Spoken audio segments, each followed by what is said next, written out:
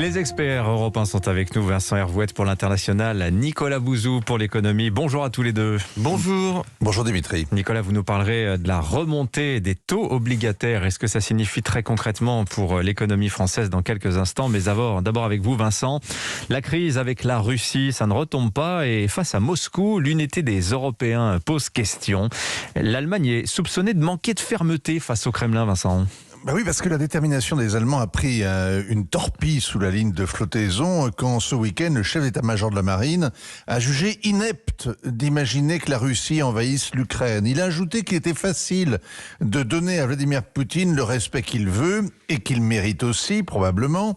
Et il a expliqué que la Crimée annexée par les Russes ne reviendrait jamais dans le giron ukrainien. Ce qui est possible, et même probable, et même certain, sauf que les Européens refusent l'annexion et justifient ainsi leurs sanctions contre le Kremlin. Alors toutes ces vérités approximatives et scandaleuses ont été prononcées en Inde, en petit comité, mais avec les réseaux sociaux, c'est comme si l'officier avait crié dans un mégaphone sur Maïdan à Kiev. L'amiral a déclenché un tsunami, l'Ukraine a convoqué l'ambassadeur d'Allemagne, la chancellerie a tangué, le secrétaire d'État américain a juré qu'il n'avait aucun doute sur la détermination de l'Allemagne et qu'il le dise suffit à prouver le contraire. La tempête diplomatique a écourté la croisière qui s'amusait aux Indes.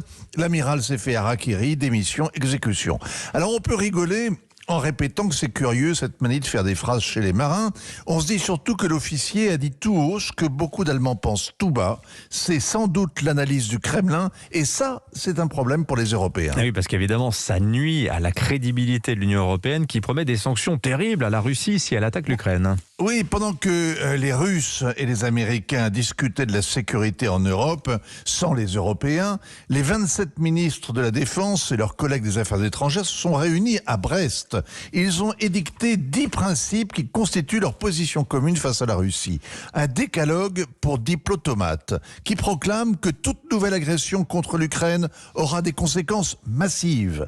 Les grands principes ne pèsent pas lourd face aux principes de réalité. Personne n'a l'intention de mourir pour le Donbass. Joe Biden lui-même a exclu une intervention militaire en Ukraine. On parle donc de sanctions économiques qui n'ont jamais fait plier personne, mais qui risquent de coûter particulièrement cher à l'Allemagne. Dur d'envoyer par le fond le gazoduc Nord Stream 2, ce beau projet piloté par l'ancien chancelier Schröder, devenu un oligarque de première classe. Les Allemands aimeraient bien sanctuariser leur gazoduc. Leur ministre de la Défense veut le tenir à l'écart du dossier ukrainien. Le chancelier Scholz appelle à la sagesse. Il a même dit que le gazoduc est un projet privé, alors que c'est un projet 100% géopolitique qui va permettre à la Russie de livrer son gaz à l'Europe sans dépendre du gazoduc qui traverse l'Ukraine. Cela veut dire plus de liberté pour le Kremlin, plus de dépendance pour l'Europe et l'Ukraine réduite à mendier. Pour résumer Vincent, l'Allemagne est-elle le maillon faible ? C'est une évidence. La gauche allemande croit toujours à l'ost politique, qu'en faisant du commerce, elle fera évoluer le Kremlin, que c'est ainsi que le mur est tombé, ce qui est faux. Le comble, c'est que le nouveau gouvernement s'est engagé, dans son accord de coalition, à mener la transformation de l'Union européenne en État fédéral. Rien que ça, écrit noir sur blanc. Le nouveau chancelier a adopté dans la foulée le concept de souveraineté européenne d'Emmanuel Macron. Au Kremlin, on doit en rire. Les Russes disent qu'il faut s'appuyer sur les grands principes.